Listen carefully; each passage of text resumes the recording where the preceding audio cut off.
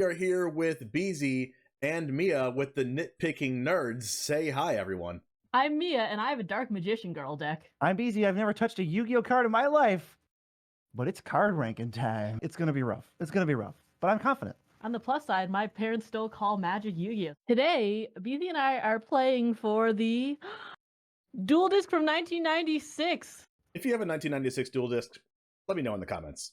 That is so many words. I mean, I know Yu-Gi-Oh Welcome to cards Magic. usually have a lot of words, but like, boy, is that text small. Hey, Speedroid Clear Wayne Rider. Hell yeah. I see 11 balls of whatever that is. This is a machine synchro effect. It has one wind turner, if non-turner wind synchro monster. All right. Once per turn during my main phase, I can roll a 6-sided die and shuffle this. Shuffle wind monsters from my graveyard into my deck. Up to the result. Then I can destroy cards my opponents control up to the number shuffled. And if I do, this card gains attack for each card destroyed by this effect until the end of this turn. During my opponent's main phase, quick effect, you can tribute this synchro summon card, special summon up to 2 level 7 wind synchro monsters with different names from each other from your extra deck. And this is attack of 3,500 and a defense of 2,000.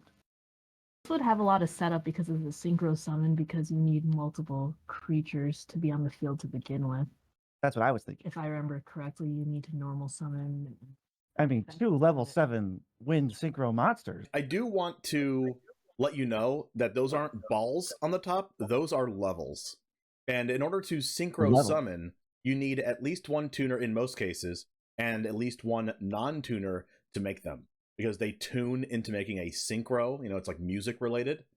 So when it says one wind tuner and one non-tuner wind synchro monster, those are the materials that you need in order to put them from the field to the graveyard in order to play this out of your extra deck. What an extra deck is a group of 15 cards that are kind of like a commander. Like you can just play them out of your extra deck.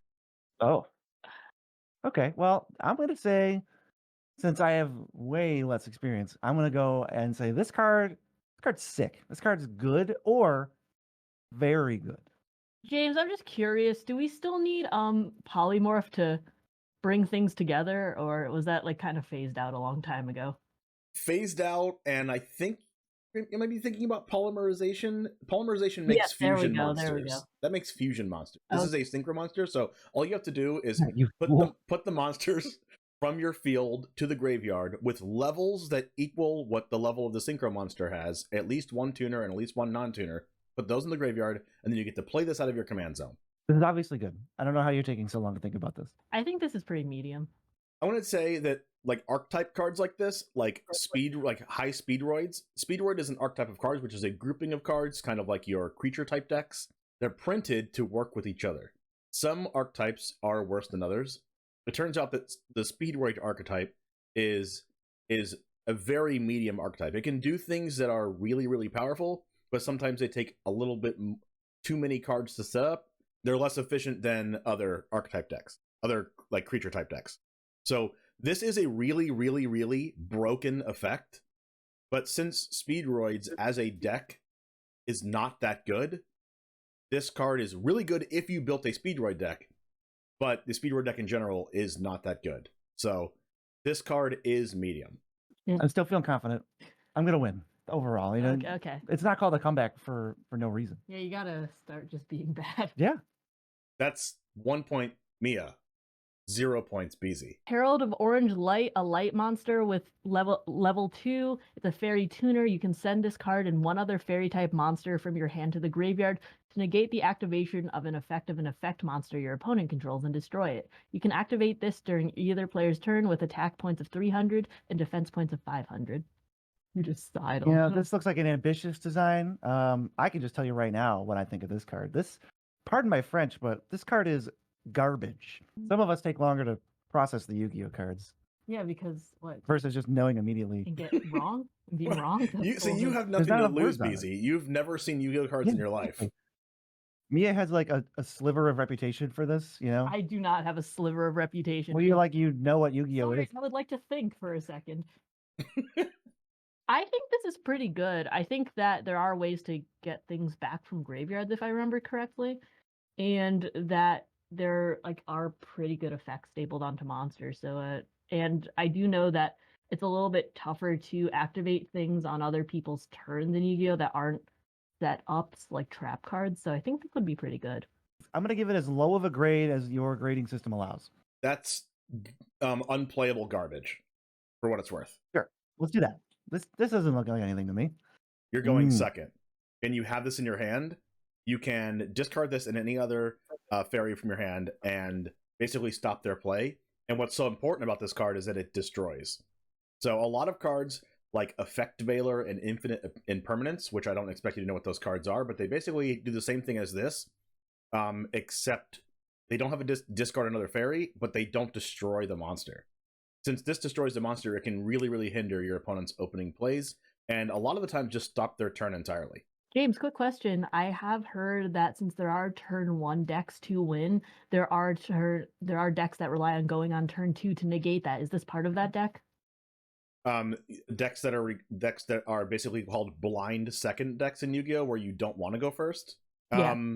No, this is usually played in a deck that can utilize fairies. There's a couple of dedicated fairy decks that were played, and that deck was able to search from the deck to the hand up to 1 or 2, maybe even 3 at the most copies of Herald of Orange Light with a bunch of other fairies in hand to do this more than once per turn on your opponent's turn after they already played their turn.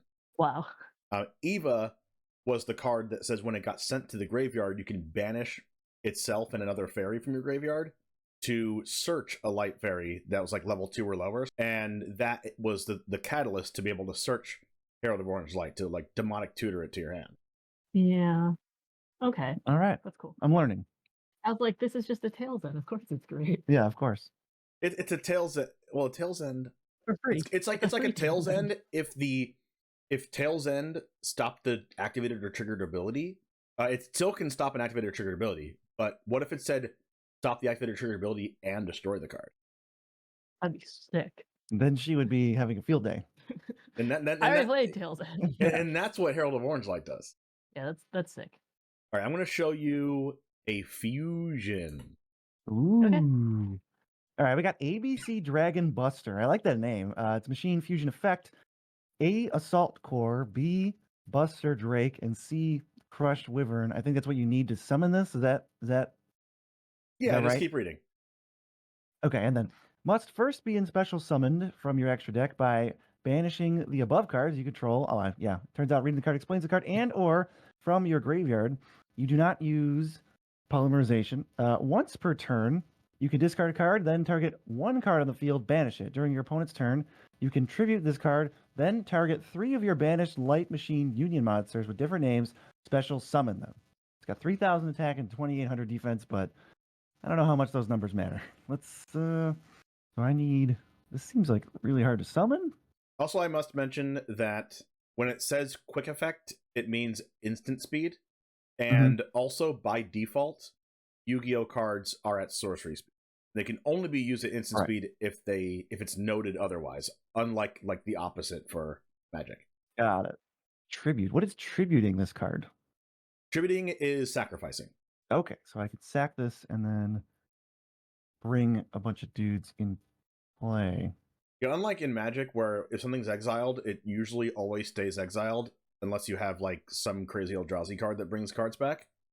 But in Yu-Gi-Oh, things can be brought back from exile pretty easily, especially with cards like this. All right, well, I've gone first twice. So Mia, what do you think about this card? Well, okay, so what you want to do is you want to have the 3 in your graveyard or field.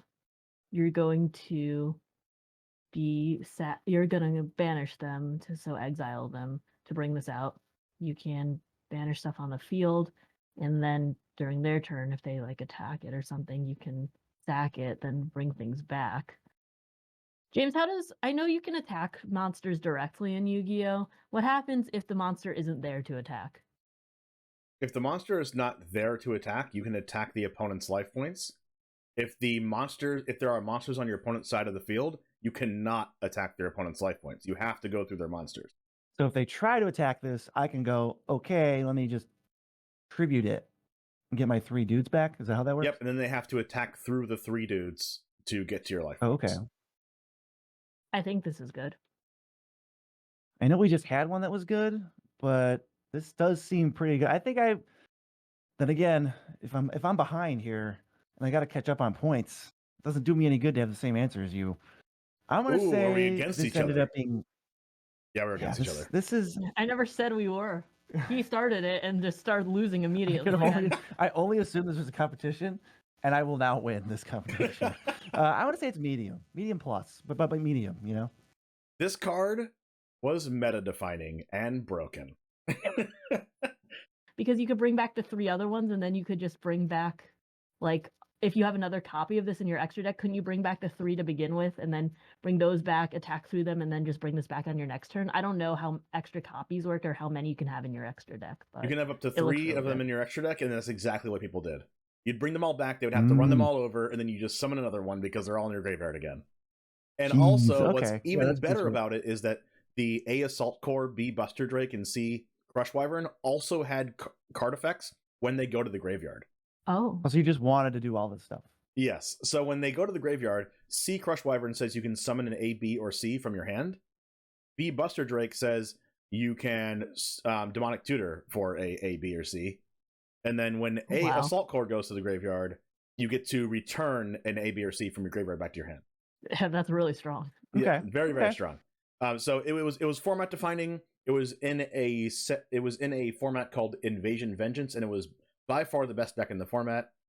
I shouldn't say by far. There was another deck that was pretty good in the format as well, but this deck was definitely the quote-unquote deck to beat, and everyone had to prepare for this deck.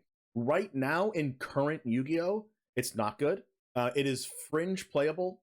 I don't say it's not good, because it can almost any Yu-Gi-Oh deck can beat any Yu-Gi-Oh deck if you make the right meta calls and play the right cards. But ABC Dragon Buster, ABC deck in general, has not been the best deck in the format for several years, but it did define an entire format. Is it due to power creep? It is due to power creep. Yeah, the decks just do too many things now. So the final answer is that it's like an A-. So medium plus, like saying it's like a C+ or a B-, not gonna cut it. Beezy. Yeah, medium plus does not cover that. I'll even call myself out. Yeah, it's definitely A-. Mistworm, level 9, Thunder Synchro Effect. 1 tuner plus 2 or more non-tuner monsters. If this card is synchro summoned, target up to 3 cards from your opponent controls and return those targets to the hand. 2,500 attack, 1,500 defense. It is a wind monster, I think. Okay, so what do we think about this? Definitely the attack and defense don't seem as high. The card of synchro summon. I don't know how big of a deal returning cards is. It might not even be like a hindrance at all if you can just take a bunch of actions. I don't think Yu-Gi-Oh has mana or anything. So just first impressions from this expert here. Now, I don't own a dual disc or anything, but I would probably say this is bad. This feels like chaff. You know, you open it, maybe this is a common or something in the pack, or it's your rare, and you go, crap. You know, what an unfortunate waste of my time. Yeah, the way Yu-Gi-Oh works is there's no mana. You can summon something for free, and then you have to build off of other summons by what you have in your deck, if I remember correctly. I don't think this is particularly great. It seems like a lot of setup for 3 or more monsters to bounce up to 3 cards your opponent controls. And level 9, that seems pretty high. I would probably not play this. I would never play it because it's a Yu-Gi-Oh card. I think it's bad. Okay, well, you didn't go off, Beezy. You didn't go off your last philosophy and doing a different thing than her, because I had a trend set. She just copied me because she knew I was right. And you're both right. But I was right first. Yeah, so that counts for something. It's a 1.1 point for Beezy. It's like 1.1 points. Yeah, and I got 1.1. How can you possibly come back now? Is there like a mega lightning round or something? I mean, I can give you a mega lightning round if you want. No, but Miss Worm reads. Miss Worm reads really good on paper because you can bounce 3 of their things, and they do go back to the extra deck if it's an extra deck monster. Then I have to go ahead and make them all over again. But this card was overshadowed by a card named Trishula, Dragon of the Ice Barrier, and that one just exiles a card from your opponent's board, hand, and graveyard. Ooh, that's really good. And it was also a level 9 synchro that required 3 cards. So since these were in the same format, everyone just played Trishula over this. But Mistworm did see very fringe play, but only way back then, and I'm talking like 9 or 10 years ago. But ever since definitely then, not now. definitely not. It is unplayably bad now. Okay, so I know what this is. This is back in the older Magic formats. I remember Siege Rhino was like the biggest thing ever. Siege Rhino was amazing. But before that, there was a card that came out. It was Reaper of the Wilds, and I was like, this card's sick. It's a 4/5 for 4. And then Siege Rhino comes out, and it's like, yeah, don't even think about touching that. It's like, he just lived. He's like, it wasn't even the worst card ever. It's like, you basically don't exist while Siege Rhino exists. Yeah, I don't even know what Reaper of the Wilds is. That's probably telling. Insulting. It was a 4-mana 4/5. You could like give it hexproof and death touch, and then like when creatures died, you scry 1 or something. It was like, well, this is pushed. It's like, nope. That does sound really pushed, especially for back then. Yeah, they're like, we'll show you pushed. We'll show you. He loves Siege Rhino, so Yeah, I do. He's my boy. Gosh, I love Siege Rhino too. Okay, this is for all the marbles. I'm just gonna make this the Omega Lightning round. Okay, whoever gets this card right gets 3.2 points. Oh, yeah. What did I tell you? Comeback's real. It all comes down to this. I'm either gonna lose by like 6 or win. Okay, so I think it's my turn to read. We got Inspector Border, level 4. I don't know if I did that correctly. This is a machine effect.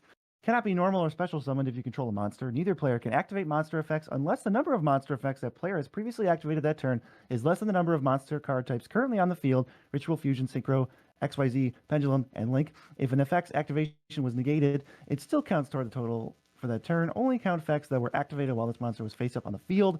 It's 2,000 and 2,000. Okay, so this is weird. I need a minute to think about this. This is. I like the artwork. It's cool looks like artwork. So if Silver Surfer became a cop, basically.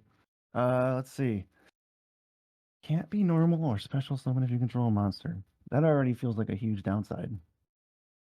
But it's like a Staxy type, slowing the game down. All right, what else is going on in those brains? This doesn't feel medium to me. This feels like it's either great or trash. Inspector Border. Have you ever heard the name Inspector Border before? I haven't kept up on Yu-Gi-Oh that much. I know like Monarchs are a deck. I know Dragons are a deck, and I know that there was a few reprints of like some like old Kaiba stuff recently. That's about it.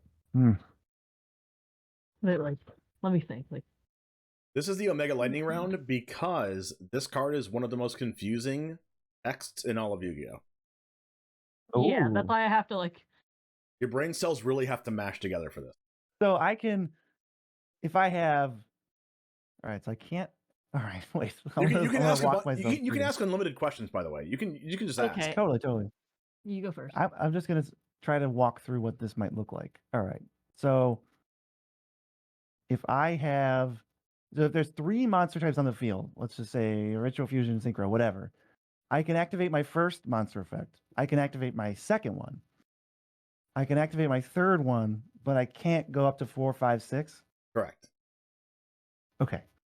Okay. It says it can't be normal or special summoned. If you control a monster, however, can it be tribute summoned? I do know that certain summons are a certain amount of levels, but I don't like to bare minimum 2 do. But I don't know if you could do like under those levels. You cannot tribute summon this card because it is not level 5 or higher. Okay, that's what I was curious about. I think this might be. I'll maybe use context clues a little, but I think if this card is like notoriously confusing, it would be way funnier if it was also terrible. Like if it was just a weird mistake. Like, why did they ever print this card? No one was ever going to even understand what it does. But if you do understand what it does, it's also horrible. You've been talking a lot. I just need to think in silence. Oh my god. Let me think in silence. I'm sorry, he's so loud. It's all part of my strategy. It is a sound strategy. You can't activate monster effects. You can't. So you could bring up to like 3 Okay, to bring up to like. It depends on how much you have on the field. And usually you're going to be sacking stuff, so the effects of activation was negated. This can't be done but it still counts towards the total that turn. The counter effects that were activated while. Wait, so you could turn this face down then face up, right? Not in the same turn. That's you can the only point. flip something once per turn. And if it's face down, the effects are not applying. Can you flip on other people's turns, right? Because you could this is my trap card. You cannot do that with monsters. You can only do that with trap cards and quick play spell cards. Okay. So you would have to. It would have to be sitting on the field, and then someone would have to try and do something on your turn. Yes, notably, if you have this on the board, and your opponent has not done their play yet, if their play needs to have a monster effect in order to fulfill the game actions that their deck needs to do, and they don't yet have an extra deck monster on the board, they can't activate monster effect at all. Wow. So they can just try to, and you can flip it up. Well, you can't flip this up in response. This is not a gotcha card.